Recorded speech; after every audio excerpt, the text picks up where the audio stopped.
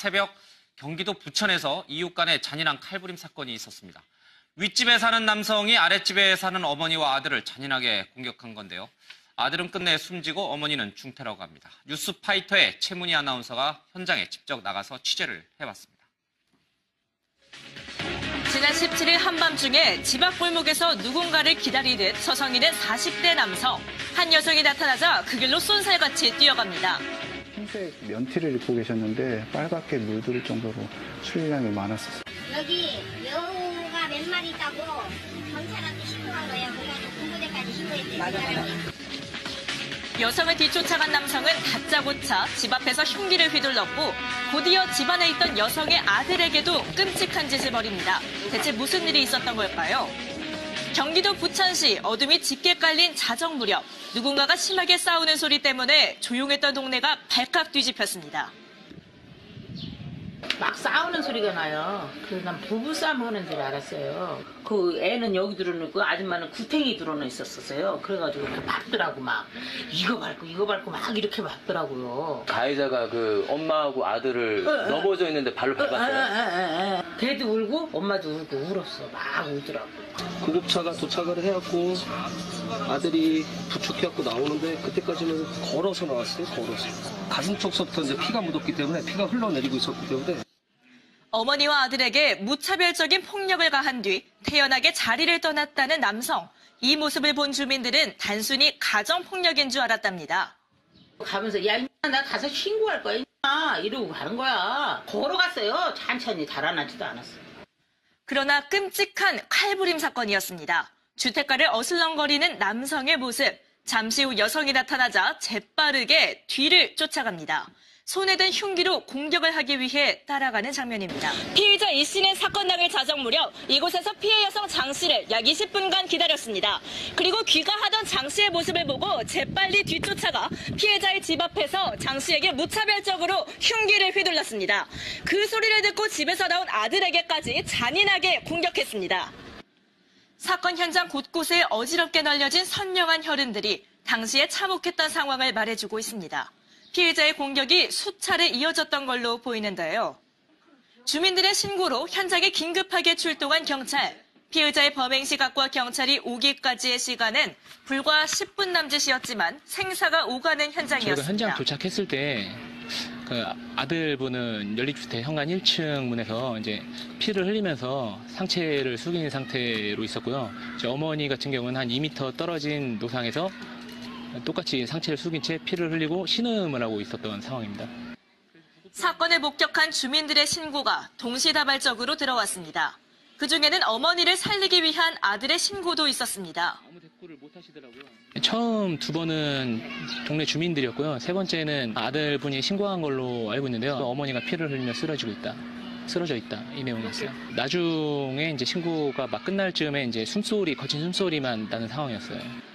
생사의 기로에 놓인 위급한 상황에도 침착하게 경찰에 신고했던 피해자의 아들. 두 사람 모두 칼에 여러 차례 찔렸기 때문에 출혈량이 상당했습니다. 복부랑 가슴, 팔까지 이 상반신 전체 부분에 자상이 많이 있었기 때문에 어느 부분이 좀 심하다고 말할 수 없을 만큼 출혈량이 좀 많이 있었던 것 같습니다. 바닥에 흥건히 졌고 또 환자분 같은 경우 흰색 면티를 입고 계셨는데 빨갛게 물들 정도로 출혈량이 많았었습니다. 어머니 장 씨 또한 자신보다 아들의 상태에 더 애달파했다는데요. 모자가 마지막까지 서로를 위하는 마음이 전해져 더욱 안타까웠습니다. 우리 아들 하면서 그냥 흐느끼는 상태였고 두 분 다 원체 놀래고 출혈량도 많았기 때문에 좀 의식이 좀 혼미해지는 상태였습니다. 구급대가 아들 박 씨를 긴급하게 병원으로 이송했지만 끝내 숨을 거두고 말았습니다. 이제 겨우 21살의 나이였습니다. 오자마자 이미 손을 쓸 수 없을 정도였어요. 너무 참혹하게 그랬나 봐요. 거의 이제 오자마자 거의 사망했다 이 생각이 될 것 같습니다. 경찰과 구급대원이 출동했을 때만 하더라도 의식이 있었던 어머니 장 씨는 다행히 목숨을 건질 수 있었지만 결국 중태에 빠졌습니다. 바로 오시자마자 응급수술 들어가셨고요. 응급수술 끝나고 난 다음에 중환자실에 이제 가셨는데 이제 수술하는 동안 의식을 울타리신 기간이 조금 되셨어요, 사실은. 그래서 의식불명이라는 중태라는 얘기가 이제. 그런데 취재 도중 사건이 일어나기 전날인 16일 오전에 피해자가 피의자를 경찰에 신고했다는 사실을 확인할 수 있었습니다. 어떤 일 때문이었을까요? 층간소음으로 쌍방 신고되어 출동을 했습니다. 아래층에서도 그 위층에서 방바닥을 친다고 신고했고요. 그 위층에서도 아래층에서 헤어드라이기 소리가 시끄럽다고 신고했습니다. 피의자와 피해자는 각각 연립주택의 위층과 아래층에 살고 있던 이웃이었던 겁니다. 그런데 피의자는 경찰에게 다소 엉뚱한 이야기를 늘어놨다는데요. 드라이기로 인해서 뭐 몸이 간질간질하다 그런 식으로 얘기를 했습니다. 소리 때문에? 소리나 그런 것 때문에 몸이 좀 간질간질하다. 출동하셨을 때 예. 이랬던 적이 여러 번 있었다 뭐 이런 말씀 안 하셨어요? 층간소음으로 인해서 이제 다툼은 자주 있었다 그러시더라고요. 모자에게 흉기를 휘둘러 아들의 사망에 이르게 한 피의자는 사건 당일 오후 5시쯤 부천의 한 시외버스 터미널에서 긴급 체포됐습니다. 그는 왜 이렇게 끔찍한 범행을 저지른 걸까요? 범행 직후 충남 지역으로 도주했던 피의자 이 씨는 무슨 이유에선지 곧바로 부천으로 돌아와 경찰에게 덜미를 붙잡혔습니다. 그러나 검거된 후 범행 사실을 시인했다가 부인하기를 반복했습니다. 무시하는 경향이 있어가지고. 층간소음 관련해가지고 이제 자기를 좀 무시한다. 그렇죠, 이제. 자기를 좀 무시하는 경향이 있어서 그 감정이 자기를 모르게 이제 폭발해서 그러니까. 피의자 이 씨는 범행에 사용한 흉기의 행방을 경찰에게 순순히 알려줬습니다. 도주하면서 사건 현장에서 조금 떨어진 어느 동네 화단에 숨겨뒀답니다. 이런 불칼 종이죠. 보통 가정의 소리가 30cm가 넘잖아요, 보통. 예. 비슷하죠. 한편 피의자 이 씨가 소란을 피워서 피해를 입은 또 다른 사람이 있었습니다. 얼마 전 피의자 옆집에 살던 이웃은 아예 이곳을 떠나버렸다는데요. 그 옆에 사람도 못 살고 이사 갔잖아. 그래 계속 뭔 소리 난다고 창문을 두드리고 그래갖고 이 사람은 피해버린 거지. 피의자 이 씨는 자꾸만 들리는 어떠한 소리 때문에 이웃에게 반복적으로 격렬한 항의를 했답니다. 그 소리의 정체가 도대체 뭘까요? 옛날에 한 번 이런 적이 있었어요. 여기 여우가 몇 마리 있다고 경찰한테 신고한 거예요. 그래가지고 군부대까지 신고했어요. 여우 우는 소리가 났다고. 여우 소리가 나서 경찰에 신고까지 했다는 피의자 이 씨.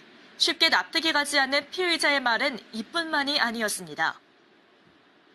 현장칼을요, 1층에서 들어내려서 나한테 쏜다, 이렇게 생각하는 거예요, 지금. 현장칼을 쏜다고, 1층에서 드라이기로. 일반적인 층간소음 갈등과는 조금 다른 양상. 1층에서 나는 드라이어 소리가 자신을 위협한다고 생각할 때마다 바닥과 벽을 내리친 건데요.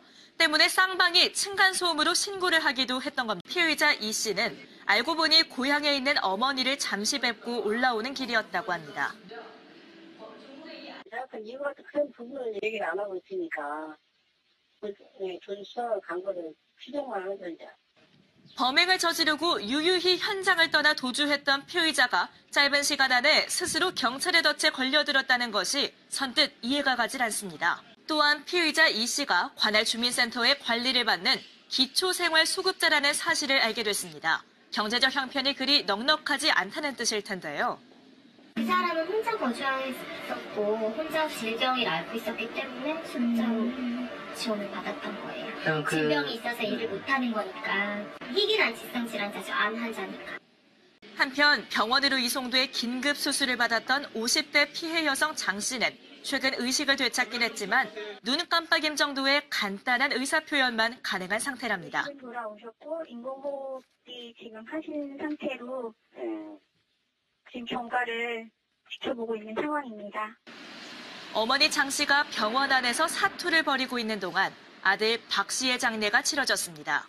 장 씨는 아들의 죽음을 아직 알지 못합니다. 피해자인 아들 박 씨는 군대에 가기 위해 휴학한 상태였습니다.